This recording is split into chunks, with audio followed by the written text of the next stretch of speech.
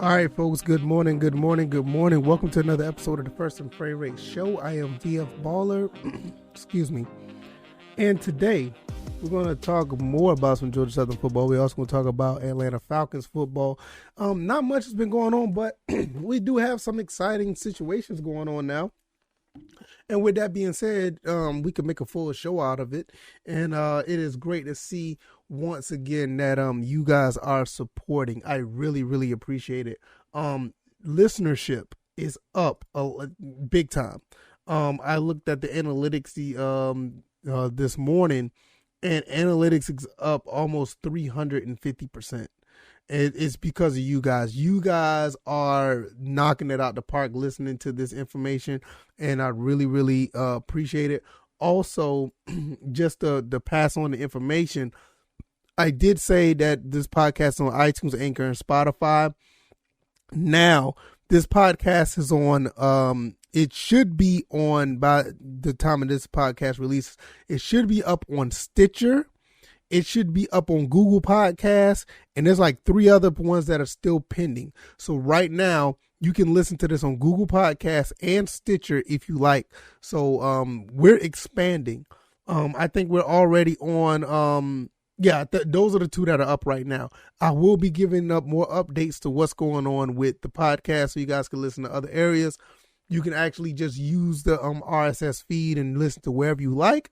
But if you have a choice already, like if you already on Google Podcasts, you can finally listen to it over there again. It was like stagnant for a while, but it decided to work again. Now all the podcast episodes are updated. Also, Stitcher. I've been trying to get on Stitcher for a while, and is actually on Stitcher as well. I'm going to be working on some other ones, so I will definitely let you guys know when that happens. But I thank you guys. You guys are amazing when it comes to support. I can't thank you guys enough. You guys are awesome.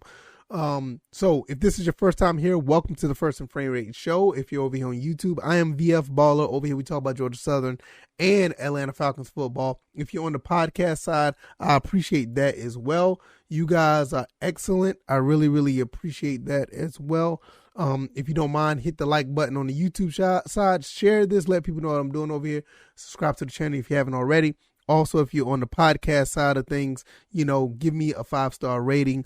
Also, subscribe over there and let people know what I'm doing over here. So the more people subscribe, the more eyes this will get on, and that's just phenomenal for everybody. So the more we grow, the more it gets better, in my opinion. So, all right, so let's get into these 2 topics. Georgia Southern, the football program is continuing to reaching out to high schools, teams, and counties.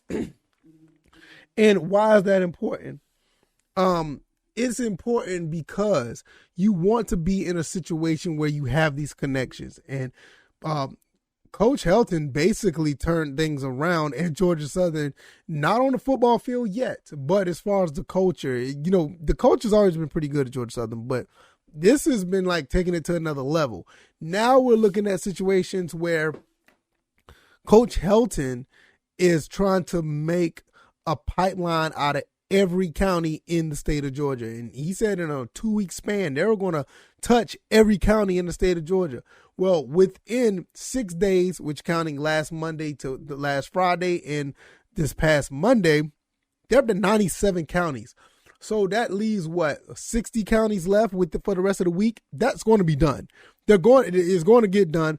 And with that being said, this is a phenomenal feat. To be honest, I've never heard any other coaching staff or football program has done this anywhere in the country, but maybe it has been done. But the fact that it's done here, I don't think UGA has done it. I know Georgia State hasn't done it. Kennesaw State, nope. Georgia Tech, I don't think so. I don't think none of them have done this before, and this is phenomenal. Reaching out to every county, reaching out to these high schools, creating a pipeline and relationships is a beautiful thing. This is why the reach is where it's at, because the state of Georgia can be taken over easily by the likes of a Clay Helton and the Georgia Southern Eagles. Georgia, with the reach they have across the country, UGA is going to get people from all over. And they're probably going to get the best of the best out of the state of Georgia because they probably get, the top 4 or 5-star recruits. And I mean, what can you do about that? But for Georgia Southern going into every county, picking up a 2-star here, a 3-star there, maybe a 4-star there, get a transfer here, and still reaching out with the reach that he has throughout the country. I said this before. And I'm gonna stick with it. Georgia Southern could be the second best college football team in the state easily. At this point, I think they could be it. Now they're gonna have to beat that team in Atlanta over and over again, like they're capable of, because Georgia State has our number. But we already know that whole situation. Don't need to go down that rabbit hole. I mean, but they do have our number right now. You want to be in a situation where guys who want to play football that wants to go up to Boone, North Carolina, you want to bring those guys back. So what you need to do, you need to find a way to beat Appalachian State. When you want to get guys who are trying to go to those Chanticleers over there in Conway, South Carolina, you got to beat those guys. So Coach Helton is creating a culture where he's already getting into the pipeline and getting into the counties of all these teams or in all these schools to where these kids may not want to go nowhere. Nah, he's not going to get every kid in the state of Georgia that's in every county in the state. He's not going to do that. But I want him to get the best of the best. I want to get the best ones. I want him to get those guys who are all state, best in their region. You know what I'm saying? Like the Mark Stampleys, when he went into South Carolina and got an Ashton Whitner, David Dallas, Josh Dallas. I think it's Josh Dallas. Getting those guys and bringing those guys here. If you're going to get the guys that are in Georgia, get the best of the best within your reach. Those are the guys you want to get. And this is how it starts. This is the way to do it. And I love every bit of it. And I'm telling you, in 1 year, we could turn this thing around. And I'm still sticking by that. We could turn this around in 1 year to the point where we went 3-9. We could possibly go 9-3. And I don't want to say 9-3. I really don't want to say 9-3 because I'm sticking to the eight wins. I'm sticking to 8 wins next year. But 8 wins minimum. I think we could do it. I want us to do it. I feel that we can do it. And this is how it starts. Looking at what these guys are doing, the Georgia Storm, getting all these counties rounded up, talking to the coaches, talking to the players, making your presence known. So these kids that are out there playing football for these high schools can say, wait a minute, they came to see me. They came to see us. They came to see what we're about. Some of those kids don't forget that. Some of these schools that are rivals, some of these schools that are in the Sun Belt may not have the capacity or the finances to do what we do. Maybe Appalachian State can't go to every county in North Carolina. You know what I'm saying? Maybe the Chanticleers can't, or Coastal Carolina can't go to every county in the state of South Carolina. Maybe James Madison and Marshall, they can't go to every county in their state. Old Dominion, they can't do that. Maybe, I don't know. They probably are, but I don't follow them. But the fact that he's doing this is putting everybody on notice. Don't think that other schools don't see this. Don't think that the Panthers the Georgia State Panthers don't see this. Don't think Appalachian State and them, they don't see this. It's going to have them sitting back like, okay. Thought this was a little, a gimmick. Coach Helton, big name, comes to Georgia. I thought this was just, a PR stunt. Nah, this is real. This is real. And you don't do this to just say, hey, this is a flash in the pan. Before I close and go to the next topic, this type of stuff creates longevity in the coaching ranks of Georgia Southern, whether it be, Coach Helton, the defensive coordinator, offensive coordinator, linebackers coach, special teams coach, Coach Witt and them. This right here creates longevity, because if Coach Helton does decide to say, hey, I'm going to do 4 years and I'm out, these other guys already have that rapport with every county in the state. they'll find a way to do something with that. They'll find a way to be really good at it. And with that being said, this will be something real special in times to come. But that's how things happen when you want to create a longevity within a school program. This type of stuff you need to do. And hopefully we'll see how this plays out in a long run. If you like this content, hit the like button. If you're on YouTube, share this video. Subscribe to the channel if you haven't already. Also, if you're on the podcast side, give me a 5-star rating. Let people know what's going on over here. And let this reach out to everybody. This is going to be an awesome situation if we continue to grow and talk about our two favorite teams. Well, my two favorite teams, Georgia Southern and Atlanta Falcons. We'll talk about them. And let's go ahead and jump ship and talk about the Atlanta Falcons. Right now, let's look at these first 3 draft picks that they have. Right now, the Falcons are now slotted for the 58 overall pick. That spot was secured because of the divisional round of the playoffs. The Tennessee Titans pretty much wet the bed. So that puts us in really good position for the first 3 picks will be in the top 58. That's pretty cool. We got the 8th pick, the 43rd pick, and now we have the 58th pick.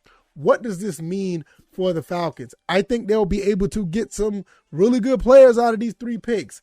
The 8th pick, I'm still thinking we're going to get a pass rush, even though I think we should get offensive line. I am in the Nakobe Dean bandwagon. I would love to see them get him, but I think they're going to try to get Hutchinson out of Michigan. So I think that's what's going to be the case. But because we need pass rush, we do. But because it's just something about Nakobe Dean just feels like he's going to be that game changer for not only the linebackers, but just the defense in general. And for him, and I don't know if Louis Khan will still be around, and Deion Jones, that will be a really good look for the linebackers. I think that'll be really great, and maybe that'll be the case. I don't know 100. As far as the 43rd pick, we'll probably end up getting a DB or something, even though I still feel like we need offensive line. We'll probably end up getting a defensive back.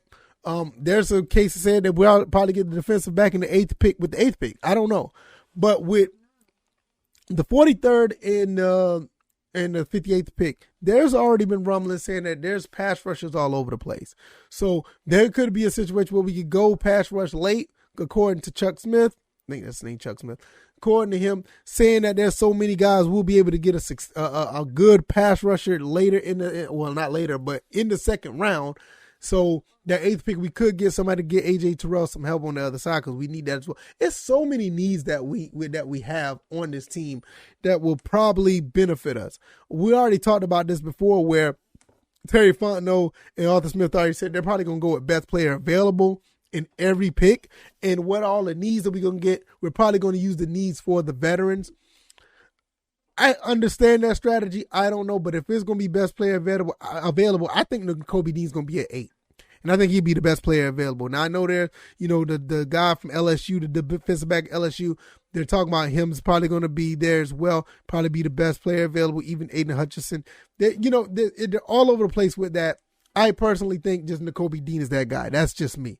Maybe I don't know what I'm talking about, but, I'm not real huge on Georgia football like that anymore, but I do believe that he's that guy. This is a really good spot for Atlanta to be in. Everybody wants to talk about a rebuild or whatever, but with all these picks, you could still be in rebuild mode and try to win at the same time because you're going to get some great players. Now you go get another pick for Calvin Ridley, preferably a first. Now we're really cooking because we have 2 firsts, 2 seconds possibly, or 1 first, 3 second, and we could probably use one of those second round picks to jump back in the first round. It looks like it's going to be a really good situation for the Atlanta Falcons if they do this right. Now, you look at the last draft class with Darren Hall, Jalen Mayfield, Ogundeji, Kyle Pitts, Richie Grant, and, all those guys. I think they did okay for the most part with those picks. I think they can build those guys up into being something down the road, and that's a plus because you want to build through the draft and have an identity for your team. But when you're looking at this next draft, I really think this is a draft that's going to be telling for the GM and coach. And I think this is the one where we can knock it out of the park and really, do things where it starts solidifying the future for the Falcons. Like, you don't even know what may happen with the quarterback situation. Like I talked about in my last episode, Matt Ryan is getting up there in age. He's getting up there in age, and he's going to have to do something. I ain't going to say he has to do something. The team's going to have to do something to keep him upright, safe, and not taking too many hits. And the rest of the team is going to have to pull this team together to continue to be in the upward trend from the 4 wins the year before to 7 wins now. 7 could turn to 10 or 12. You have to continue to keep your quarterback upright if you're going to rock with him. If not, maybe next year, 2023 draft, we definitely start looking at a quarterback, and we'll go from there. I would be surprised if we go with a quarterback in the draft this year. I would be really surprised, but I will understand it. So with that being said, there's a lot of places you can go with this. Me personally, I think the first 3 picks are very, very important. They're actually in really good spots for the Falcons to get some really good talent, and I think they'll be able to do that in pretty good fashion. I don't see them messing this up. I mean, I don't think they messed up the last draft, even though a lot of people thought we should have got a quarterback, but I think they could have did a little bit better in some places, but I don't think they did a bad job with this draft. So at the end of the day, this second year of them drafting players is really going to be telling. And I think we'll finally see the identity of what Arthur Smith and Terry Fontenot are trying to do. I think they got something here that's actually is worth building on, and I think they'll be able to do it in a timely fashion. Maybe this year coming up, maybe another year where they're just taking those steps, but definitely you're going to see those steps. And I think by year 3, you're actually going to see the team be who they are and actually make a run to go deep in the playoffs, possibly further than that. Hey, we'll see how it plays out. I don't know. We're a few receivers and a couple of defensive players away of actually doing something. Possibly, definitely a solid offensive line away. So we'll see how all that plays out. There's like a lot of places that need to be fixed. I think they'll be able to do it, and they should be able to do it in due time. Couple of years, you never know how things may happen in this draft or next year. You just never know. But I feel that they're on the right track, and with these 3 picks, they should be able to do it, and it should be very, very, very interesting to see. So that's going to be pretty cool to see how this all plays out. All right, I'm going to close it out there. This is episode 271 of the First and Frame Rate Show. I am VF Baller. Thank you guys for watching. Like I said, you guys are excellent. You guys have done a phenomenal job with the uptick in listenership. Like I said, almost 300% uptick in viewership when I looked at the analytics. And it's all thanks to you guys. You guys are deciding to listen to this podcast. I really, really appreciate it. I can't thank you guys enough. You guys are amazing. Especially you guys over there on YouTube. You guys showed a lot of love with the extra content this past weekend. I will be doing that again. And I may throw a little bit of content over there every now and then for you guys as well, because, doing this episode every day is cool, but I might throw something in there, a short video here, a quick hit there. We'll see how that plays out, but we'll see how everything goes. I want to thank you guys once again. You guys are awesome. I can't thank you guys enough. And I will see you tomorrow morning. You guys enjoy the rest of your Tuesday, and I'll see you guys then. You guys take it easy. You guys be blessed. Peace.